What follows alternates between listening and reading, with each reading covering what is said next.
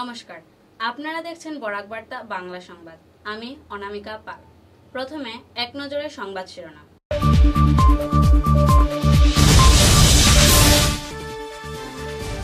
আসাম বিশ্ববিদ্যালয় স্থাপনের একটি প্রামাণ্য ইতিহাস লেখনের মাধ্যমে প্রকাশিত করার দাবি করল বরাক ডেমোক্রেটিক ফ্রন্ট। আসাম বিশ্ববিদ্যালয় অনুমোদনে আশুর কোনো ভূমিকা নেই দাবি আন্দোলনকারীদের।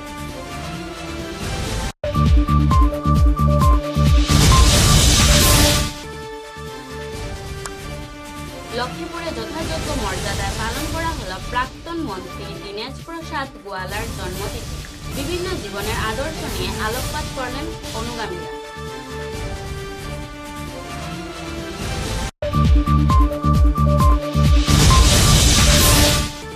অখিল ভারতীয় বিদ্যার্থী পরিষদের উদ্যোগে বাংলা নববর্ষকে স্বাগত জানাতে বের করা হলো বর্ণাঢ্য র্যালি। 18 এপ্রিল চলচ্চিত্র অভিনেতা মিঠুন চক্রবর্তীর উপস্থিতিতে শিলচর রাজীব ভবনে সম্পূর্ণ হবে বিভিন্ন প্রতিযোগিতার পুরস্কার বিতরণী অনুষ্ঠান।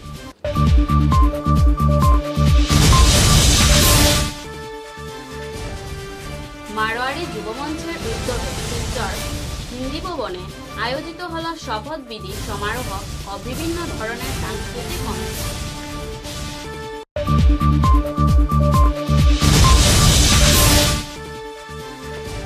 বরখলা মাতৃভূমি ক্লাবের উদ্যোগে বিভিন্ন অনুষ্ঠানের মাধ্যমে নবীন প্রবীণদের উপস্থিতিতে আনন্দ উৎসাহের সাথে পালন করা হলো বাংলা নববর্ষ 1432 বাংলা।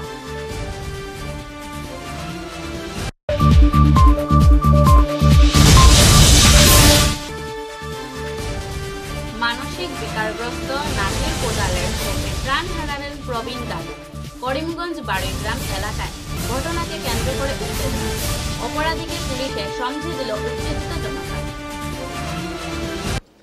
এবারে বিস্তারিত খবর। শিলচরের আসাম বিশ্ববিদ্যালয় আসাম আন্দোলনের ফসল এবং যারা শহীদ হয়েছেন তাদের বিহুর বন্ধ না দিয়ে অবমাননা করা হয়েছে বলে সম্প্রতি আশু সহ ব্রহ্মপুত্র উপত্যকার বেশ কিছু সংগঠন সদস্যরা যে মন্তব্য করেছেন তার বিরুদ্ধে তীব্র প্রতিক্রিয়া ব্যক্ত করল বরাক ডেমোক্রেটিক ফ্রন্ট অর্থাৎ ভিডিএফ। বৃহস্পতিবার শিলচরে আয়োজিত এক সাংবাদিক সম্মেলনে বক্তব্য রাখতে গিয়ে ফ্রন্টের কর্মকর্তারা জানান 80-এর দশকে এমন একটি সময় ছিল যখন বরাকের ছেলেমেয়েরা উচ্চ শিক্ষা গ্রহণে ব্রহ্মপুত্র উপত্যকায় পাড়ি দিতেন। তখন তাদের নথিপত্র ছিঁড়ে ফেলা হতো এবং স্থানীয় ছেলেমেয়েদের ভবিষ্যৎ পরিকল্পনা অন্ধকারে ডুবে যাওয়ার পাশাপাশি তাদের উচ্চশিক্ষা গ্রহণের উপকর্ম বন্ধ হয়ে যাওয়ার ছাত্র সংগঠন আকসা যে সময় আন্দোলন গড়ে তুলেছিল বরাকে একটি কেন্দ্রীয় বিশ্ববিদ্যালয় স্থাপনের দাবিতে আকসার আন্দোলনকে সমর্থন জানিয়ে বিভিন্ন রাজনৈতিক দল সহ উপত্যকার জনগণ এগিয়ে এসেছিলেন। আজকে নতুন নয় যে আসাম ইউনিভার্সিটি হয়েছে, তা আমরা পূর্বেও বারবার দেখেছি। এটা একমাত্র কারণ হলো যে আসাম বিশ্ববিদ্যালয়ের ইতিহাস আজ পর্যন্ত কোথাও ইতিহাস রূপে লিপিবদ্ধ করে বই আকারে প্রচার হয়নি, যেটার উদ্যোগ অনেক আগেই নেওয়া হয়েছিল। আমরা মনে করি যে আসাম বিশ্ববিদ্যালয় ইতিমধ্যেই সেই বই ছাপাতে উদ্যোগী হবে এবং আসাম বিশ্ববিদ্যালয়ের ফাউন্ডেশন কোর্সে তা অন্তর্ভুক্ত করা হবে। এবং আক্ষেপের সুরে বলতে হয়, যদিও এটা লিপিবদ্ধ করা হয়নি আসাম বিশ্ববিদ্যালয়ের ইতিহাস, কিন্তু ব্রহ্মপুত্র উপত্যকার বিভিন্ন বুদ্ধিজীবী সাংবাদিক ওনাদের নিশ্চয়ই জানা আছে। কিন্তু এই যে ভুল ব্যাখ্যা বিভিন্ন সংগঠন বিভিন্ন সময় করে আসছে, কিন্তু একবারও কোনো সংগঠন বা কোনো ব্যক্তিবিশেষ তাদের বাধা দিতে এবং বা তাদেরকে শাসন করতে আমরা দেখিনি।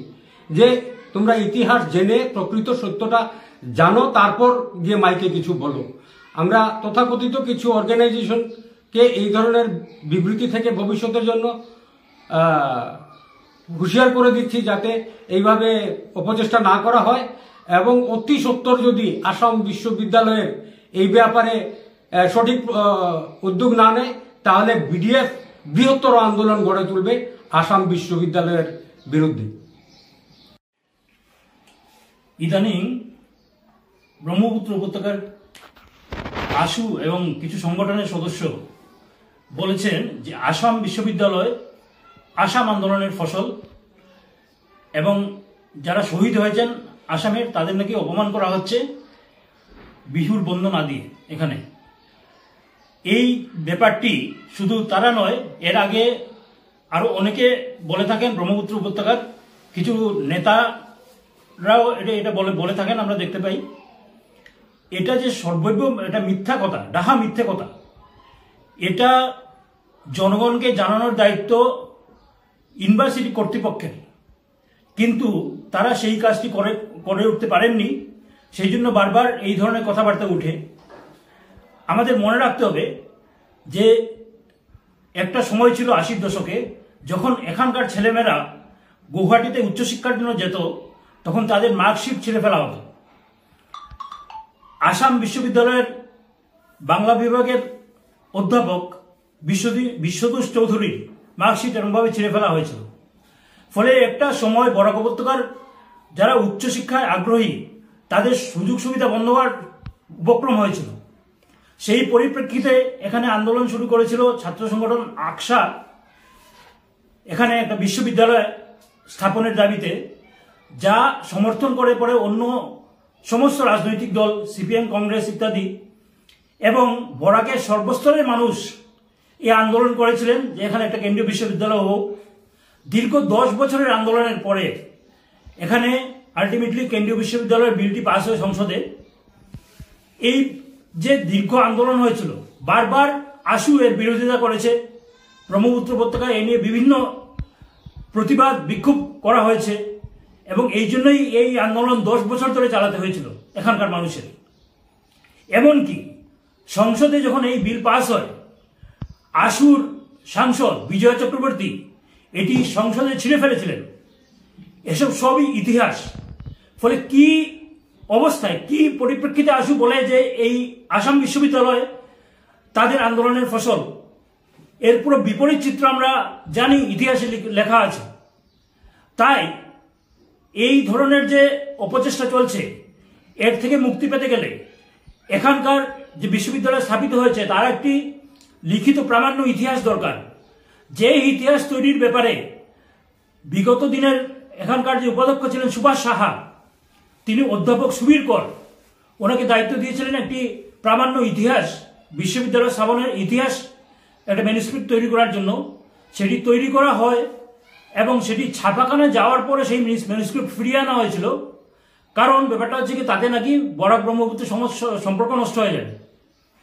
কারণ এই বইয়ে অধ্যাপক সুবীর কর আশু বিরোধিতা এবং অগবর বিরোধিতার কথা স্পষ্টভাবে উল্লেখ করেছিলেন, যেগুলো ইতিহাসকে আমরা অস্বীকার করতে পারি না। ফলে এই যে কথাগুলো বলা হচ্ছে ব্রহ্মপুত্র উপত্যকায় যে আসাম বিশ্ববিদ্যালয়ের ফসল, সেই কথাগুলোকে এই কথাগুলো যে সত্যি নয়, সেটা যদি এই প্রজন্মকে জানতে হয় বা আশুর যারা আছেন তাদের জানতে হয়, তাহলে এই ইতিহাসটি অবিলম্বে প্রকাশিত করা দরকার। এবং সেই জন্য আমরা এখানকার উপাচার্য এবং রেজিস্ট্রারকে বলছি, অবিলম্বে এই ম্যানুস্ক্রিপ্ট যেটা ফিরিয়ে আনা হয়েছিল ছাপাখানা থেকে, সেটা অবিলম্বে প্রকাশ করা হোক, যাতে সবাই এই বিশ্ববিদ্যালয় স্থাপনের প্রকৃত ইতিহাস জানতে পারে যে এটা বরাক উপত্যকার জনগণের আন্দোলনের ফসল, এটা মোটেই আশুর আন্দোলনের ফসল নয়। এটাই হচ্ছে গিয়ে বিডিএফ এর তরফ থেকে আমরা স্পষ্ট দাবি জানাচ্ছি উপাধ্যক্ষ এবং অধ্যক্ষ এবং রেজিস্ট্রারের কাছে যে অবিলম্বে এই ইতিহাস প্রকাশ করা হোক। যথাযোগ্য মর্যাদায় লক্ষ্মীপুর পয়লাপুর এলাকায় আসাম সরকারের প্রাক্তন মন্ত্রী স্বর্গীয় দীনেশ প্রসাদ গোয়ালার 11তম মৃত্যুতিথি যথাযোগ্য মর্যাদায় পালন করা হয়। এদিন উনার অনুগামীরা উনার প্রতিকৃতিকে পুষ্পাঞ্জলি অর্পণ করে শ্রদ্ধাপন করেন। বরাক চা শ্রমিক ইউনিয়ন কার্যালয় থেকে সকল অনুগামীরা উনার আবার গৃহে উপস্থিত হয়ে উনাকে শ্রদ্ধাঞ্জলি প্রদান করে।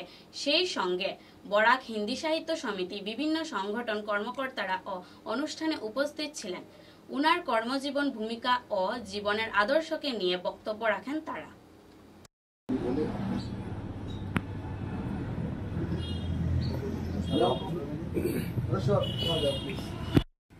হ্যালো হ্যালো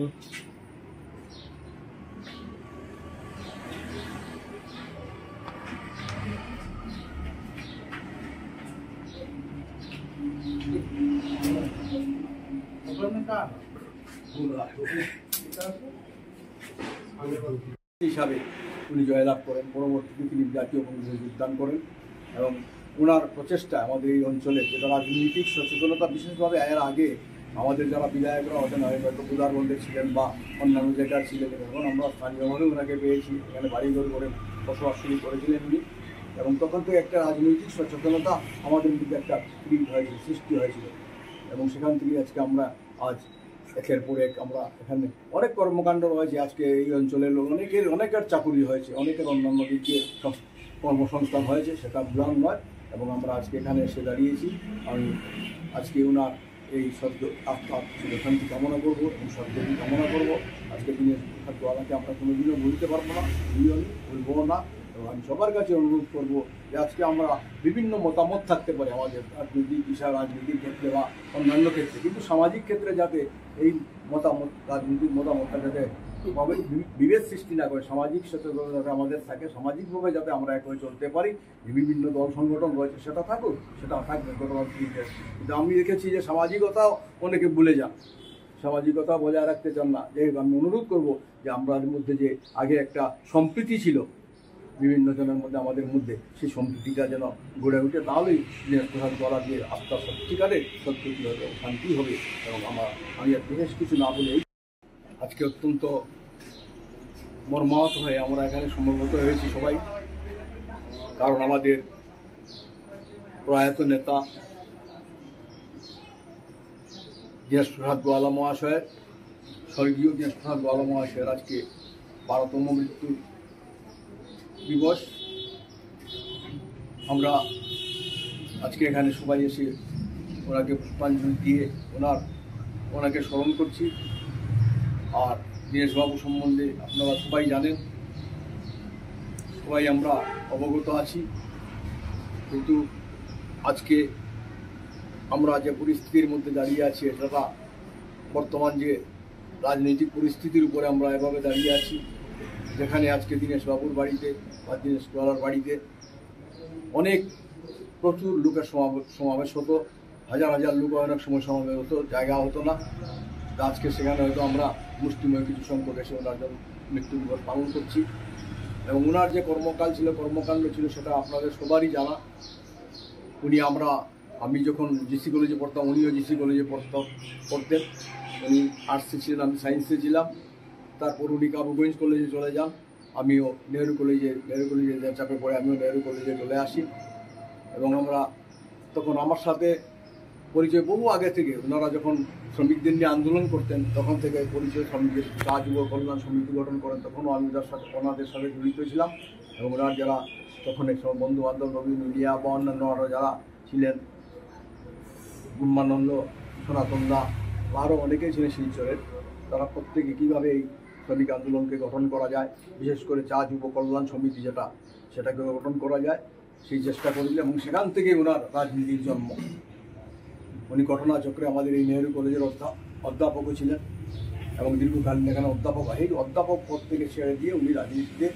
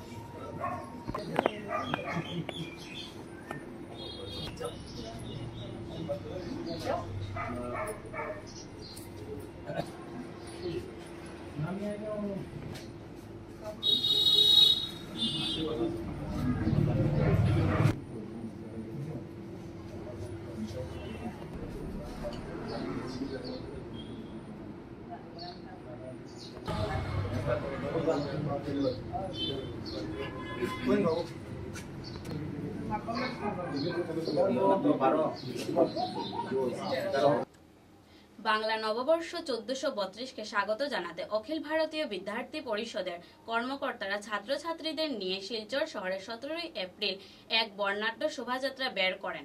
বিভিন্ন স্বেচ্ছাসেবী সংগঠন ও বিদ্যালয়ের ছাত্রছাত্রীরা এই শোভাযাত্রায় অংশগ্রহণ করে শহর পরিক্রমা করে। আগামী 18 এপ্রিল ভবনে আয়োজিত বিভিন্ন প্রতিযোগিতার পুরস্কার বিতরণী অনুষ্ঠানে জনপ্রিয় চলচ্চিত্র অভিনেতা মিঠুন চক্রবর্তী উপস্থিত থেকে পুরস্কার বিতরণ করবেন। সেই সঙ্গে আয়োজিত হবে বিভিন্ন রকমারি সাংস্কৃতিক অনুষ্ঠান। বিস্তারিত তথ্য তুলে ধরলেন এবিপিপি এর প্রমুখ কর্মকর্তারা।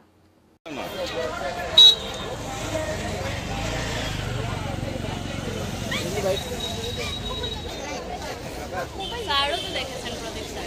আচ্ছা স্যার একটু আগে আজকের নিউজ নাকি? হ্যাঁ হ্যাঁ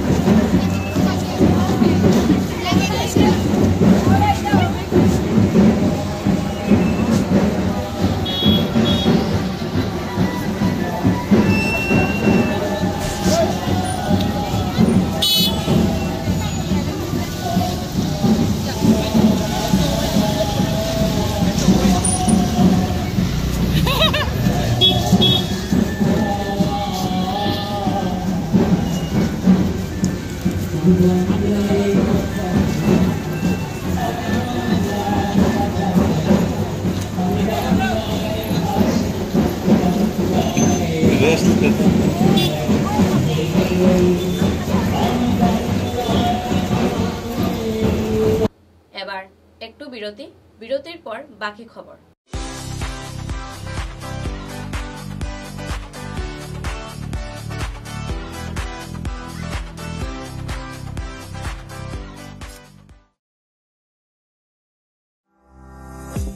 চা এর জগতে এক অনবদ্য নাম রোজকান্দি চা। স্বাদে গন্ধে ভরপুর তরতাজা রোজকান্দি চা গ্রাহকদের জন্য নিয়ে এলো 1 কিলোগ্রাম, 500 গ্রাম, 200 গ্রাম, 100 গ্রাম, 50 গ্রাম, 25 গ্রামের রোজকান্দি চায়ের মন মাতানো প্যাকেট।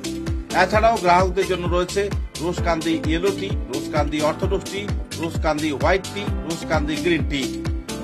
গ্রাহকদের চাহিদার প্রতি দৃষ্টি রেখে রোজকান্দি চা কম থেকে কম খরচে সকল স্তরের নাগরিকদের জন্য বাজারজাত করা হয়েছে বিভিন্ন সাইজের প্যাকেটে। Authorised dealer Rajesh trading, Premtala, Silchar. তাই তাজা চনমনে তরতাজা চায়ের স্বাদ নিতে হলে আজই কিনুন তরতাজা স্বাদে গন্ধে ভরপুর রোজকান্দি চা, তৃপ্তির আরেক নাম।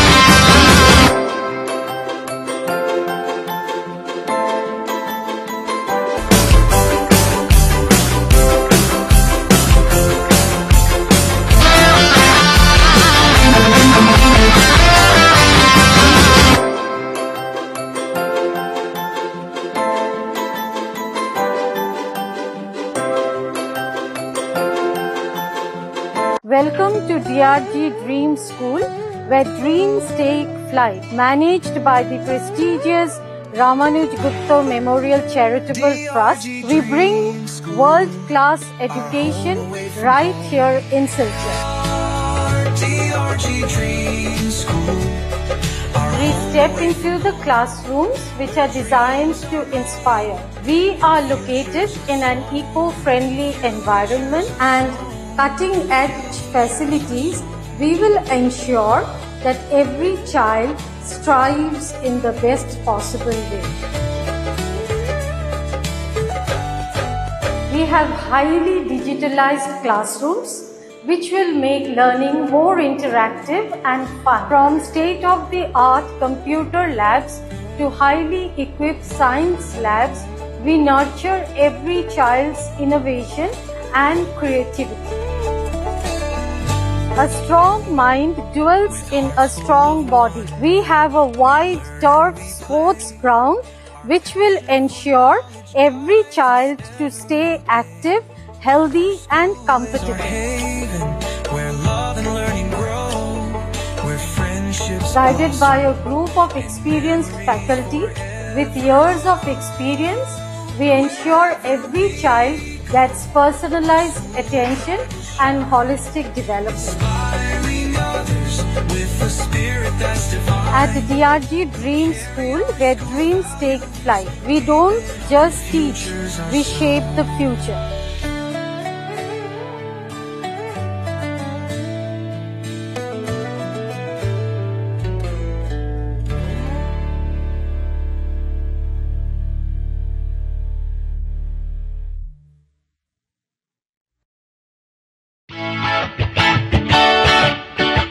বাংলা নববর্ষের আন্তরিক প্রীতি ও শুভেচ্ছা জানায় করণ টিভিএস, সোনাই রোড, শিলচর। সাই বিকাশ স্কুলের বিপরীতে থাকা করণ টিভিএস শোরুমে শুভ নববর্ষে গ্রাহকদের জন্য দুর্দান্ত আকর্ষণীয় অফার প্রদান করা হচ্ছে। টিভিএস থেকে যে কোনো স্কুটি বা 2 হুইলার বাইক কিনলে গ্রাহকরা পাচ্ছেন 4 লিটার পেট্রোল ফ্রি, 2টো হ্যামলেট ফ্রি, সঙ্গে রেনকোট ও আকর্ষণীয় উপহার। এছাড়াও থাকছে এক্সচেঞ্জ অফার।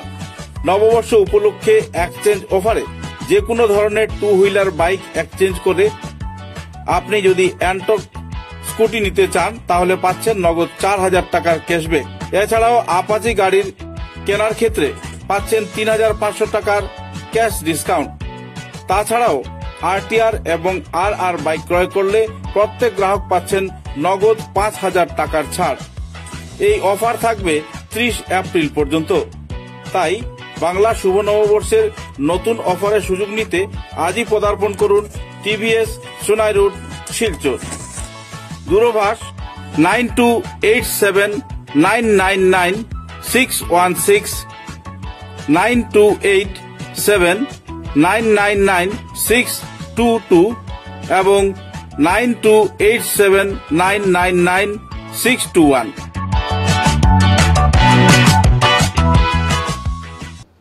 ফিরে এলাম খবরে। মারোয়ারি যুবমঞ্চ শিলচর, শিলচর সমৃদ্ধি, শিলচর উদয় শাখার শপথ অনুষ্ঠান ও রাষ্ট্রপতির পুরস্কার বিতরণী অনুষ্ঠান শেষ হয়েছে। 13 এপ্রিল সন্ধ্যায় হিন্দি ভবনে মারোয়ারি যুবমঞ্চ শিলচর ইউনিট, শিলচর সমৃদ্ধি এবং শিলচর উদয় শাখার শপথ অনুষ্ঠান এবং পুরস্কার বিতরণী অনুষ্ঠানের আয়োজন করা হয়েছিল। সভায় সভাপতিত্ব করেন মনোজ কুমার সোনাওয়াত। প্রধান অতিথি হিসাবে উপস্থিত ছিলেন উত্তর পূর্ব প্রদেশ মারোয়ারি যুবমঞ্চের প্রাদেশিক সহ সভাপতি হরিশ কাওড়া। বিশেষ অতিথি হিসাবে উপস্থিত ছিলেন উত্তর পূর্ব প্রদেশে মারোয়ারি সম্মেলনের প্রাদেশিক সহ সভাপতি মূলচাঁদ বৈদ্য। সভা পরিচালনা করেন রিঙ্কু কাওড়া, হরিশ কাওড়া, নবনিযুক্ত সভাপতি বিবেক জৈন, কবিতা পাটুয়া এবং প্রতীক সেন্টকে শপথ বাক্য পাঠ করান এবং তাদের শুভেচ্ছা জানান। সাংস্কৃতিক অনুষ্ঠানের আয়োজন করা হয়। तो आप लोग सब ना आज 2 दिन पहले सिंगापुर को मैट्रिक का रिजल्ट आया है। भी मैं गुलगुलिया धर्मचंद जी गुलगुलिया, संतोष देवी गुलगुलिया, माँ को लड़को मारवाड़ी समाज में पूरे कक्षा डिस्ट्रिक्ट में मारवाड़ी बच्चा में फर्स्ट आया है और पूरे बलाकुल में 10th पोजीशन, टॉप 10 के अंदर की रैंकिंग में।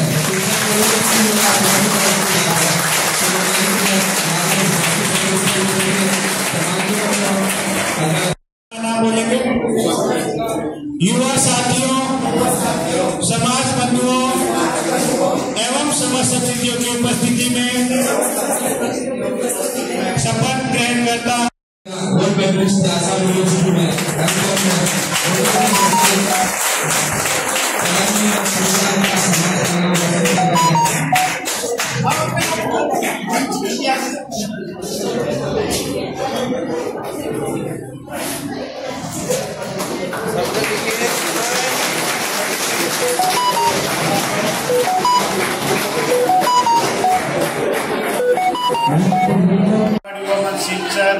शिलचर समिति और शिलचर उदय का ये जो शपथ विधि समारोह और अध्यक्षीय पुरस्कार वितरण का कार्यक्रम यहाँ पर हिंदी भवन में आयोजित किया गया। इस कार्यक्रम के मुख्य अतिथि हमारे मंडल आय के उपाध्यक्ष हरीश जी काबरा, विशिष्ट अतिथि मोहन संजीव बैद, सुंदरी देवी पटवा, मंडल आय के सहायक मंत्री मंदाक्ष जी गुलगुलिया और सभी शाखाओं के अध्यक्ष यहाँ पर सम्मिलित हुए। ये कार्यक्रम आज की जो शपथ विधि का था 2025-26 के लिए हमारे नई कार्यकारिणी का यहाँ पर गठन हुआ है। हमारी नई कार्यकारिणी में मारवाड़ी युवा मंच से आज नए अध्यक्ष जो नवनिर्वाचित अध्यक्ष है विवेक जी जैन, मारवाड़ी समृद्धि शाखा से नई अध्यक्षा कविता जी पटवा, मारवाड़ी शिलचर उदय से नए अध्यक्ष प्रतीक जी साठ ने शपथ ग्रहण की। इसके साथ उनके नए सचिव विशाल सांड, सोनिया बैद और सोनिया बैद ने यहाँ पर शपथ ग्रहण की। कोषाध्यक्ष के रूप में मारवाड़ी युवा शिलचर से जैकी मरोटी और उसके बाद समृद्धि शाखा से और उदय शाखा से अभिषेक जैन ने यहाँ पर शपथ ग्रहण की।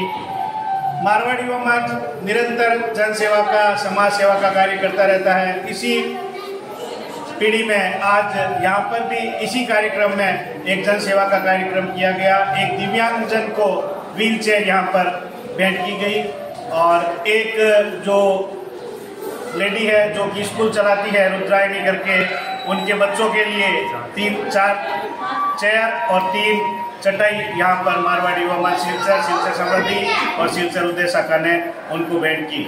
इसके अलावा आज के कार्यक्रम में हमने यहाँ पर सांस्कृतिक कार्यक्रम का भी आयोजन किया और सभी बच्चों ने भी इसमें पार्टिसिपेट किया।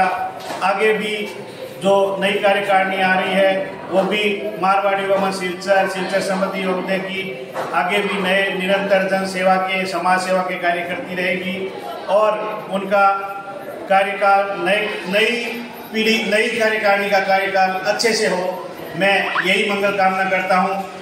आज हमारा विवेक जी जैन से भी निवेदन करूँगा कि वो भी आपको 2 शब्द कहेंगे।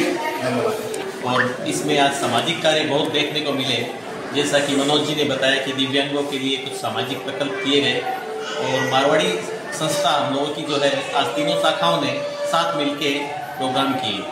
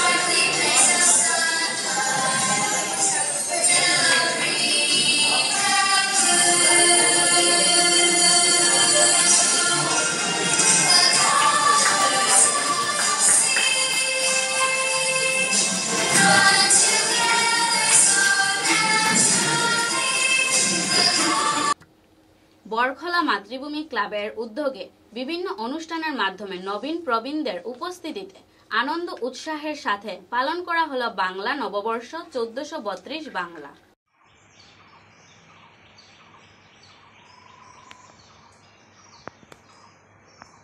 1431 বিদায় দিয়ে 1432-এর আজকের যেটা পয়লা বৈশাখ সেটা আমরা মাতৃভূমি ক্লাবে পালন করেছি। বিভিন্ন নাচ গান এবং আমাদের সেই ক্লাবের সদস্যবৃন্দ বা এখানে আমাদের অতিথি শিল্পীবৃন্দরা সহযোগিতা করেছেন।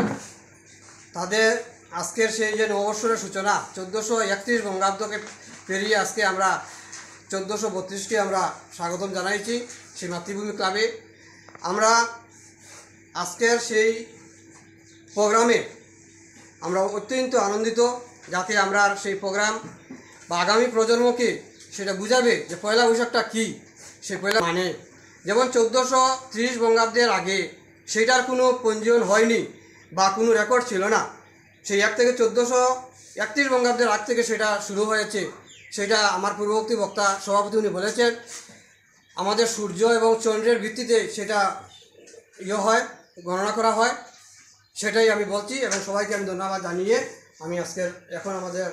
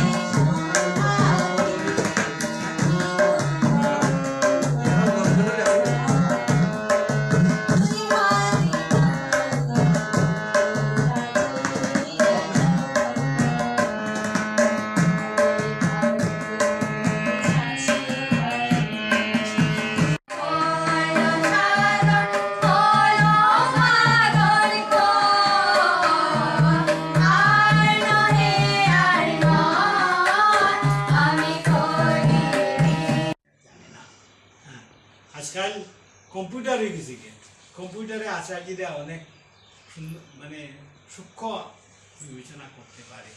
তো আমাদের যেটা বললাম যে ধর্ম ভিত্তিক করি আমরা ভাষা আমরা ধর্ম ভিত্তিক করে ভাষা সংস্কৃতি, কাজে আমরা ভাষা বাংলা ভাষা কম, অসমীয়া ভাষা কম। হ্যাঁ, এই যে মিলগুলা আমরা যদি দেখি, হ্যাঁ, তাহলে দেখা যায় যে আমাদের মধ্যে বিভেদ হওয়ার কোনো কারণই নেই। কেউ হয়তো ব্যবসাদারি, কাজে সব ভাষারই প্রয়োজন আছে। যে ব্যবহারটা সেটা হইতো মণিপুরী সংস্কৃতি, ডিমাসা সংস্কৃতি, বাঙালি সংস্কৃতির মধ্যে মিল আছে। কি মিল দিনে সবাই শ্রদ্ধা করে, অনেকে বাধাই জানায়, অনেকে এই নববর্ষের যে সূচনাতে এইগুলো আমাদের যদি আমরা করি, তাহলে আমাদের মনুষ্যত্বের যে সংস্কার যেটা, এটা বাঁচে থাকবে। এবং সংস্কার বাঁচে থাকলে ছেলেমেয়েরা পড়াশোনা করবে, পড়াশোনার মাধ্যমে তারা জানতে চাইব যে আমাদের পরম্পরা কি আছে। আগে খুনের ঘটনা সংঘটিত হলো করিমগঞ্জ জেলার বারুইগ্রাম এলাকার ইলাশপুরে। ঘরে কেউ না থাকার সুযোগে কাজে লাগিয়ে নিজের দাদুকে কোদাল দিয়ে বারবার কোপ দিতে শুরু করে। একসময় দাদু মাটিতে পড়ে যায়, সমস্ত ঘর রক্তে লাল হয়ে যায়। সঙ্গে সঙ্গে ঘটনাস্থলে প্রাণ হারান ইলাশপুরের সভার সুপরিচিতি আব্দুল জলিল, 70 এর বৃদ্ধা। খুনের ঘটনা শুনে আশপাশের লোকজন ছুটে আসেন। খুনি নাতি বছর 27 এর ফখরুল ইসলাম পালিয়ে যাওয়ার চেষ্টা করলে প্রতিবেশীরা আটক করে ফেলেন। পরে খবর দেওয়া হয় বারুইগ্রাম আউটপোস্টে। কিছুক্ষণের মধ্যেই বারুইগ্রাম পুলিশ ঘটনাস্থলে উপস্থিত হয়ে মৃতদেহটি উদ্ধার করে ময়নাতদন্তের জন্য পাঠিয়ে দেয়। অন্যদিকে খুনি নাতি ফখরুল ইসলামকে পুলিশ হেফাজতে নিয়ে যাওয়া হয়। খবরে আরো জানা যায়, ইসলাম নাকি শারীরিক ও মানসিক রোগে আক্রান্ত ছিলেন। দুঃখজনক বিষয়, মাতুন তো পারি না, বাসা দিয়ে কইতাম পারি না। আমার আপন চাচা আব্দুল জলিল, ইলাসপুর আগর 3 নম্বর ওয়ার্ড, আর এখন বর্তমানে নতুন হিসাবে 5 নম্বর ওয়ার্ডের বাসিন্দা। আপনারা হিন্দু মুসলিম সবার কাছে অত সুপরিচিত আমার চাচা আর কি, নিষ্পাপ এক মানুষ, মানে কোনো মশলা যোগক সাথে কোনোদিনও করছেন না। আপনারা সবাই চিনুন, বাজারহাটও গেলে সরর খরচর একটু আগে দিলে একটু খরচ করিয়ে দিলে, বা গ্যাসের সিলিন্ডার বিলিন্ডার বা এত মাঞ্জা সাঞ্জা এটা মানে 5 টাকা 10 টাকা তোলা নিবি আর কি। আমি জানি না, আমি বাড়িতে আসতাম না, আমার বাড়িতে একটা ফোন করছে, আমি আসলাম বাদুরপুর, ফোন থেকে এই সেই পাইছি মাথার মধ্যে অনেক একটা সেট একদম পুরা মগজ বাড়ি গেছে, আর পিটির মাঝে 2টা, পাওয়ার মাঝে একটা, একদম পুরা জায়গা ডেড বডি। এরপরে আমি কেটে করলাম, লগে লগে উপস্থিত, আমি স্যারের ফোন করছি, স্যার লগে লগে আইয়া। কোন জায়গার স্যার? জি, ও আমরা বাইরে আমার ওয়াইট পোস্টের ইনচার্জ আমরা স্যার, ওনাদের ধন্যবাদ জানাই। মানে কম সময়ের ভিতরে, অতি কম সময়ের ভিতরে আমরা স্যার আই গেছেন। আওয়ার পরে ও ছেলেটা যেটা ঘটনা করছিল তারে আমরা রাখলাম বান্ধিয়া, ও তারে পরে স্যারের কাছে সমঝাইছি, স্যারে এন্ডোবার দিয়েছেন থানার দিয়া। স্যার এখন বর্তমানে আমরা আসুন বর্তমানে বোয়ার, আর আমার মিডিয়া বাইও বলাইছেন। তো প্রচুর মানুষ। তার নামটা কি? জি, যে ঘটনা করছে তার নামটা? তার নাম হলো কি ফখরুল ইসলাম, ডাক নাম। আর ও শিক্ষিত শিক্ষা না, অরিজিনাল নাম হলো আব্দুল শুকুর। বাবার নাম আব্দুল রৌফ। কোন গ্রামের বাসিন্দা? ও গ্রামের বাসিন্দা। জানে মারছে তান কি লাগে? তান হইল কি ছেলে, অর্থাৎ তান ছেলের ঘরে নাতি। ছেলের ঘরে নাতি। এটার মূল মানে মারার পিছনে কোনো কারণ হইতে পারে? কারণ বলতে একটু মাথা হাফ করে। তার মাথা হাফ করে না তাইনের মাথা হাফ? না, হাফ যে মারছে তার হাফ করে। অনেক দিন থেকে কি, অনেক দিন থেকে হিটা এরপরে কাকার থেকে তারা দুটা ডাক্তার দেখা নিয়েছে, একটু মাথা মনে হয় কিনা হাফ করে কইছে, কিতা বুট না কিতা তার লাগে লাগছিল, আগে বাইরে আছে কেন মিজোরাম, আর হো হিসাবে একটু মানে কম মাতে। আর আগে যে কিলা ঘটনা করছে এটা কেউ কইতে পারে না, কেউ বাড়িতে আসলাম না। ঘটনাটা কয়টার সময় করছে? ঘটনাটা করছে অনুমান 9:30 থেকে 9:45 ভিতরে। জান মারা গেছেন, তার বয়স কত করতে পারে? বয়স হলো গিয়া 63 বছর। 63 বছর। 63 বছর। তার কোনো ছবি আছে নি? তার তো ছবি কোথাইলে মিলব, তাকবা আমি একটু খুঁজিয়া দিয়ে আমার বাড়ির জন্য যে মারছে তার বয়স কত করতে পারে? তার বয়স হলো 27। বিবাহ না অবিবাহিত? বিবাহিত। বউ আছে? বিবাহিত হইলে বউ গেছে গিয়ে, বউ নাই, বউ শাড়ি। আপনার নাম? আব্দুল বাড়ি। আব্দুল বাড়ি। আপনি কি এই গ্রামের বাসিন্দা? জি, আমি এই বাসিন্দা। আমার তো আপন চাচা, 3 নম্বর ওয়ার্ড। ঠিক আছে। কালাইনে ফের সক্রিয় লালমাটি পাচার চক্র। বনমাফিয়াদের দৌরাত্মে ক্ষতিগ্রস্ত পরিবেশ। কালাইন অঞ্চলে ফের মাথাছাড়া দিয়ে উঠেছে লালমাটি পাচার চক্র। স্থানীয় সূত্রে জানা গেছে, প্রতিদিন দিনরাত 24 ঘন্টা ধরে কালাইন বন বিভাগের কার্যালয়ের সামনের রাস্তা দিয়েই পাচার হচ্ছে বিপুল পরিমাণ লালমাটি, তাও আবার বিনা চালানে। বনমাফিয়ারা জেসিবি মেশিন লাগিয়ে পাহাড় কেটে গাছপালা ধ্বংস করেছে, যার ফলে প্রাকৃতিক ভারসাম্য চরমভাবে ক্ষতিগ্রস্ত হচ্ছে।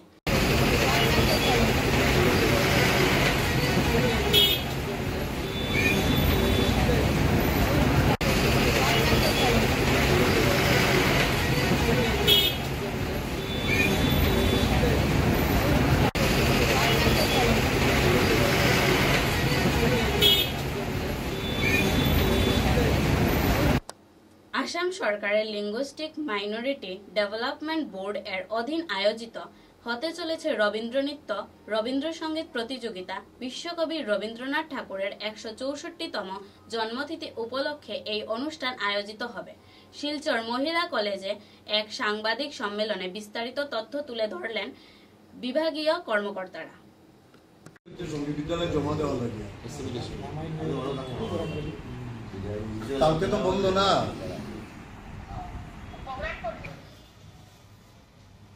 আমরা প্রতি বৎসরের মতো এবারও আসাম সরকারের সংখ্যালঘু উন্নয়ন বিভাগের পক্ষ থেকে সবাইকে রাবীন্দ্রিক শুভেচ্ছা জানাচ্ছি। সেই উপলক্ষে বিগত 3 বছর থেকে এই প্রতিযোগিতা শুরু হয়েছে সারা আসাম ব্যাপী, বিপুলভাবে সাড়াও পাচ্ছি আমরা। তো এটার যিনি দায়িত্বে আছেন প্রাক্তন বিধায়ক শ্রদ্ধেয় শিলাদিত্য দেব মহাশয়, তো ওনার মাধ্যমে গোটা আসামে এই প্রতিযোগিতা শুরু হয়েছে। অলরেডি বিভিন্ন জায়গাতে শুরু হয়ে গেছে। আমরা শিলচরে যারা আছি, আমরা এখানে শিলচরে আমাদের একটা ছোট কমিটি এখানে তৈরি করা হয়েছে। এটার আনুষ্ঠানিকতা কিভাবে সুন্দর এবং সফল করা যায় সেই উপলক্ষে এই কমিটি তৈরি করা হয়েছে। তো সেইভাবে আমরা এগুচ্ছি। আগামীকাল আমাদের সেই আমরা শুভ মুহূর্ত, যে আনুষ্ঠানিকতার শুভ মুহূর্ত, এখানে আমরা অনেকের সাথে যোগাযোগ করেছি। আসাম সরকারের মাননীয় মন্ত্রী আমাদের শ্রদ্ধেয় কৌশিক রায় মহাশয়, উনিও কথা দিয়েছেন। শ্রদ্ধেয় পরিমল শুক্লবদ্ধ সাংসদ, উনিও কথা দিয়েছেন। বিধায়ক দীপায়ন চক্রবর্তী এবং রূপম শাহ, আরও অনেকেই কথা দিয়েছেন এই অনুষ্ঠানে উপস্থিত থাকবেন। সেই উপলক্ষে আমরা আগামীকাল 9টার থেকে আমাদের এই প্রতিযোগিতা উদ্বোধন শুরু হবে। তারপরেই আমরা প্রতিযোগিতা আমরা শুরু করে দিব। যেহেতু এবার আমরা দেখতে পাচ্ছি যে বিপুলভাবে একটা সাড়া পড়ে গিয়েছে গোটা কাছাড় জেলায়, প্রচুর সংখ্যক প্রতিযোগী এখানে আমরা এখন না বলতে বাধ্য হচ্ছি, কারণ এটা পরে অনেকটাই রাত্র হয়ে যাবে। তো আমরা চেষ্টা করছি যত তাড়াতাড়ি সম্ভব আমরা এটা শেষ করার চেষ্টা করব। এবং আমাদের সাথে যারা এখানে আছেন আমি একটু পরিচয় করিয়ে দিচ্ছি। আমাদের সাথে এই ওমেন্স কলেজের প্রিন্সিপাল শ্রদ্ধেয় সুজিত তেওয়ারি মহাশয় স্যার আছেন, এবং জিসি কলেজের প্রিন্সিপাল শ্রদ্ধেয় অপ্রতিম নাগ মহাশয়, উনিও আছেন স্যার, এবং আমাদের সদস্যা মিতালি দাস, উনি অতপ্রতভাবে জড়িত, এবং আমাদের এদিকে পরিতোষ চক্রবর্তী, এদিকে সন্দীপন দত্ত পুরকাইস্ত এবং অভিজিৎ দে, অনিমেষ দে এবং আমাদের জিমলিনা। আরও সময়ের অভাবে অনেকেই এসে উপস্থিত হতে পারেননি। তো আমরা খুব চেষ্টা করছি আগামীকালকের যে অনুষ্ঠানটা আমরা সুষ্ঠুভাবে সম্পন্ন করার চেষ্টা করব, কারণ আমরা চাইছি যে যেহেতু রবীন্দ্রনাথকে নিয়ে গোটা আসামে একটা গত 3 বছর থেকে একটা জোয়ার চলছে। কারণ আমরা জানি রবীন্দ্রনাথ আমাদের ঘুম থেকে উঠে রাত পর্যন্ত আমরা রবীন্দ্রনাথকে নিয়েই আমাদের বাঁচতে হয়, আমাদের চলতে হয়, এবং ওনার যে মানসিকতা, ওনার যে গান, ওনার যে নাচ, সেগুলো নিয়েই আমাদের বাঁচতে হবে আগামী দিনেও। তো এটা আসাম সরকারকে আমরা অসংখ্য ধন্যবাদ জানাচ্ছি, মাননীয় মুখ্যমন্ত্রী হেমন্ত বিশ্ব শর্মাকেও, এবং যিনি এটার দায়িত্বে আছে শিলাদিত্য দাকেও, এবং তার সহকর্মী আরও অনেকে। তো সেই জায়গা থেকে আমরা এই প্রতিযোগিতা করব। আমরা প্রতিযোগিতা এখানে হারমোনিয়াম, তবলা সমস্ত কিছুই রাখা হয়েছে যাতে শিল্পীদের কোনো কষ্ট না হয়। আমরা 4টা রুম নিয়েছি, এই 4টা রুমের মধ্যে আমরা অনুষ্ঠান একটু একটু করে আমরা মোটামুটি শেষ করতে পারবো। কি কি বিভাগ থাকছে? আমাদের বয়স সময়সীমা আমরা এবার 3টা বিভাগ করেছি। গত বছর আমরা প্রথম ক বিভাগে একজন প্রতিযোগীকে আমরা দিয়েছিলাম পুরস্কার। এবার ওনাদের সাথে কথা বলে আমরা 3 জন করেছি, মানে নাচের প্রতিযোগী হবে 9 জন আর গানের প্রতিযোগী হবে 9 জন। এই 18 জন যারা বিজয়ী হবেন এখান থেকে, এই বিজয়ীদেরকে নিয়ে আমরা গুয়াহাটি শঙ্করদেব কলাক্ষেত্রে 10, 11, 12 তারিখ পর্যন্ত এই অনুষ্ঠান চলবে। ফাইনাল রাউন্ড হবে স্টেট কম্পিটিশন, বিভিন্ন জেলার থেকে আসবে। আমরা এখান থেকে শিলচর থেকে যাব। আমরা গত 2 বছর এখান থেকে গিয়েছি। একবার আমাদের শিলচর শহরের প্রথম প্রতিযোগিতায় আমাদের শিলচর শহরে প্রথম হয়েছিল রবীন্দ্রসঙ্গীতে গ বিভাগে। তো সেই জায়গাটা আমরা এবার বজায় রাখার চেষ্টা করছি, যাতে ভালো ট্যালেন্ট ভালো খুঁজে। এখানে কোনো ধরনের কোনো কিছু নেই যে পারফরমেন্স ভালো করবে, কারণ দি বেস্ট এখান থেকে বেরোনোর চেষ্টা করব। কারণ যেহেতু এখানে স্টেট কম্পিটিশনে যাবে, তো আমাদের বেস্ট নিয়েই আমাদেরকে যেতে হবে। তো এই আমাদের হচ্ছে 8 বছর থেকে 12 বছর, আর 13 বছর থেকে 17 বছর, 18 বছর থেকে 40 বছর পর্যন্ত। যারা 40 দেওয়া হয়েছে, যা অনেকেই গান বাজনা করেন, প্রতিযোগিতা অংশগ্রহণ করছেন না, তাদেরকেও দেয়। তবে এবার একটা জিনিস হয়েছে, আমরা কাছাড়ের সমস্ত জেলাতে কোনো জায়গা বাকি নেই, আমাদের ফর্ম বিলাইনি। 1000 ফর্ম আমাদেরকে দেওয়া হয়েছিল শুধু প্রচারের জন্য, প্রচারও হয়েছে সেইভাবে। স্টুডেন্টও এখানে প্রতিযোগীরা প্রচুরভাবে এসে জমা হয়েছে। এটা আমাদের কাছে, আমাদের এখানে মোটামুটি আমরা আন্দাজ করেছি 500 থেকে 550 ক্যান্ডিডেট হবেই।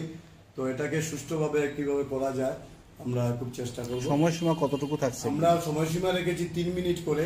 এখন বিচারকরা আমাদের সময়ের উপরে ভিত্তি করে হয়তো এটা 2 মিনিটও করতে পারে, যে সময়ের উপরে এটা বিচারকরাই বাকি দেখবেন। আমরা বিচারকের ভূমিকাই শেষ কথা, আমরা এটার মধ্যে অন্য কিছুতে যাব না। আমরা রেজাল্ট শিট পাবো, ঘোষণা করব, তারপর আমরা পত্রপত্রিকার মাধ্যমে জানিয়ে দিব কে যাচ্ছে কে যাচ্ছে না। এই হলো আমাদের পরিকল্পনা। অবশ্যই আপামর জনসাধারণের জন্য রইল আমার অনেক অনেক শুভকামনা, শুভেচ্ছা। এবার যা মুখ্য কথাগুলো বলার ছিল সেগুলো আমাদের ভাস্কর দাস মহাশয় তুলে ধরেছেন। 2-4টে কথা আমি বলবো।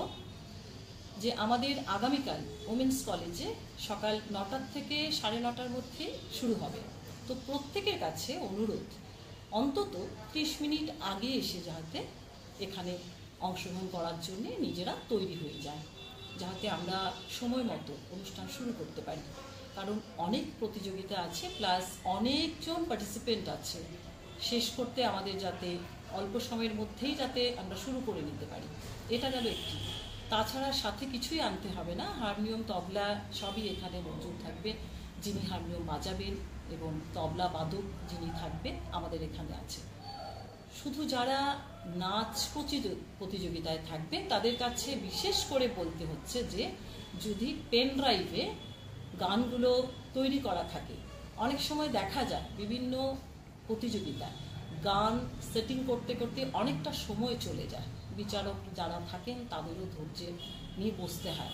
তাই জন্য প্রত্যেকে গানগুলোকে পেন ড্রাইভে একদম সঠিক সময়ে যাতে চালনা করা যায়। হ্যাঁ, আর হলো আমাদের যারা প্রতিযোগী যারা এটাতে অংশগ্রহণ করবে নাচে এবং গানে, প্রত্যেককে আমরা প্রশংসাপত্র তার মানে সার্টিফিকেট তুলে দেওয়া হবে।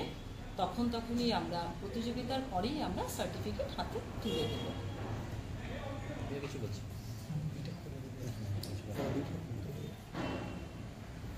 বাকিরা এইমাত্র যেভাবে বললেন আর কি, তো আসাম সরকারের ভাষিক সংখ্যালঘু পরিষদের যে কার্যক্রম, জেলা স্তরের যে কার্যক্রম, এটা আগামীকালকে আয়োজিত হতে যাচ্ছে শিলচরের উইমেন্স কলেজে। আর যেহেতু উইমেন্স কলেজে হচ্ছে, যার জন্য রবীন্দ্রনাথের জন্মবার্ষিকীর এটা আয়োজন। আমরা জানি রবীন্দ্রনাথ ঠাকুর আমাদের ভারতবর্ষের সংস্কৃতির যে প্রতীক পুরুষ হলেন রবীন্দ্রনাথ ঠাকুর।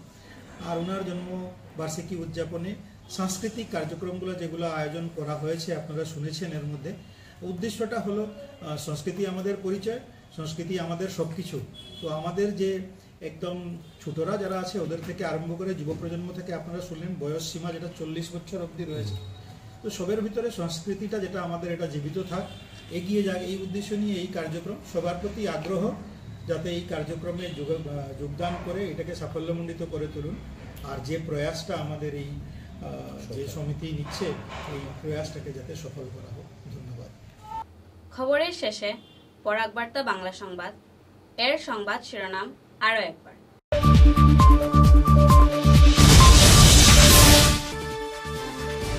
আসাম বিশ্ববিদ্যালয় স্থাপনের একটি প্রামাণ্য ইতিহাস লেখনের মাধ্যমে প্রকাশিত করার দাবি করল বরাক ডেমোক্রেটিক ফ্রন্ট। আসাম বিশ্ববিদ্যালয় অনুমোদনে আসল কোনো ভূমিকা নেই দাবি আন্দোলনকারীদের।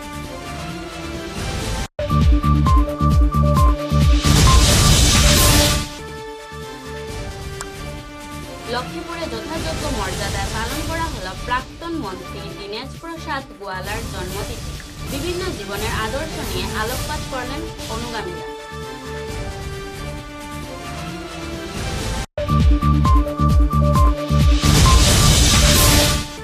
অখিল ভারতীয় বিদ্যার্থী পরিষদের উদ্যোগে বাংলা নববর্ষকে স্বাগত জানাতে বের করা হল বর্ণাঢ্য র্যালি।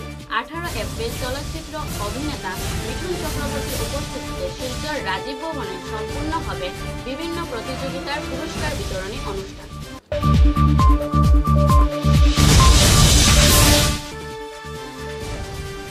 মারোয়ারি যুবমঞ্চের উদ্যোগে শিলচর হিন্দি ভবনে আয়োজিত হল শপথবিধি সমারোহ ও বিভিন্ন ধরনের সাংস্কৃতিক অনুষ্ঠান।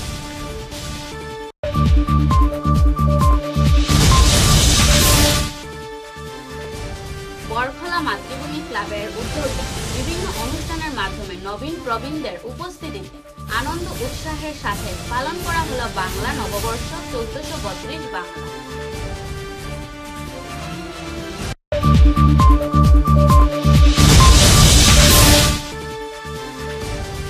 মানসিক বিকারগ্রস্ত নাচের কোদালের চোখে প্রাণ হারালেন প্রবীণ দাদু। করিমগঞ্জ বাড়িগ্রাম এলাকায় ঘটনাকে কেন্দ্র করে উত্তেজনা, অপরাধীকে পুলিশে সমঝে দিল উত্তেজিত জনতা। এখনকার মতো বরাক বার্তা বাংলা সংবাদ এই পর্যন্তই। নমস্কার।